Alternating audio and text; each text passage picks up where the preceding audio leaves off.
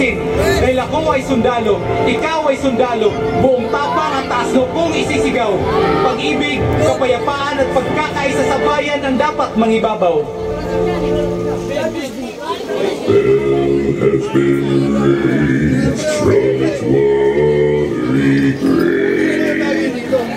By virtue of the powers vested in me by the Constitution and by law, I have to declare martial law in the Mindanao Group of Islands for a period that is exceeding 60 days, effective as of May 23, 2017. Nagkasagupa sa Marawi City ang mga sundalo at mga hinihinanang miyembro ng Maute Group. Nagkasagupa ang tropa ng militar at Maute sa Marawi City.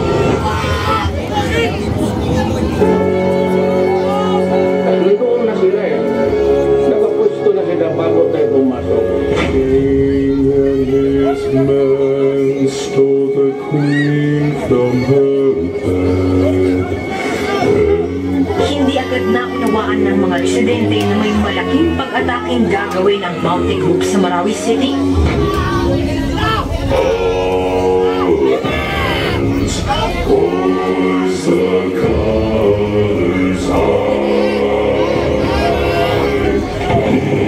Unang araw, makita ng ilang residente nakatitig lang sa mga lalaking nakaitim.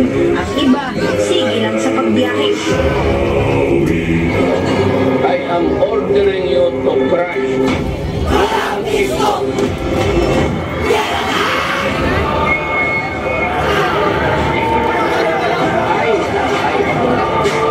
Assume full.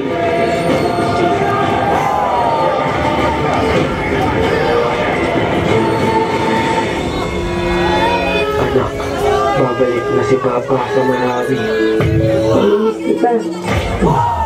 Papa. Mula ng pakbak ng mga residente sa ating kaya-kamansin. Magandang alas rin po pinasok ng anak ko na nakamaktarang lalaki ang rin po na dito sa piso natin yung Marawi. Ito ang mga kwento sa loob ng Marawi. Ito na raw marahil ang pinakamatagal na giyera sa Pilipinas sa kasaysayan sa loob ng isang lungsod. Nasasaksigan natin ng malakasan ng mga kailangan ng ating lungsod. Mga teroristang ang pumapapin. Lahat nagtatanong, matutuan pa kaya ang pinaman ng lahat at isang tanggakan? Itigil na ang ingay.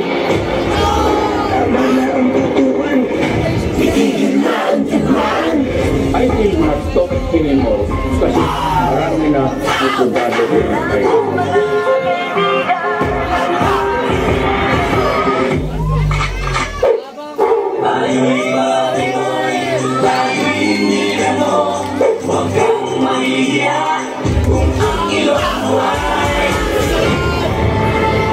Kung may isang bagay na napatunayan ng giyera sa Marawi, ito ay ang pagtutulungan ano pa man ang reliyon.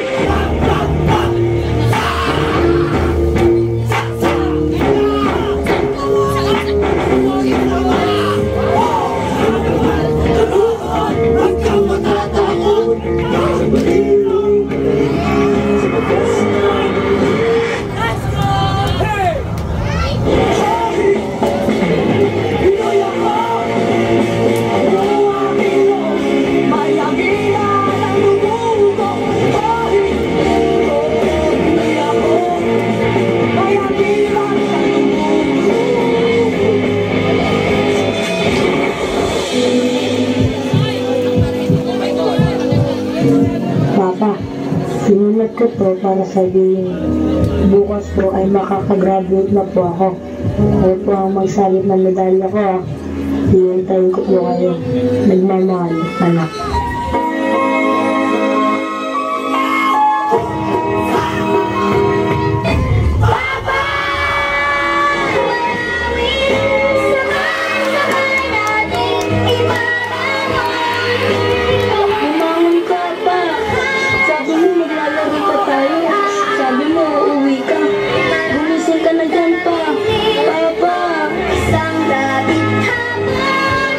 Sisikat ang araw.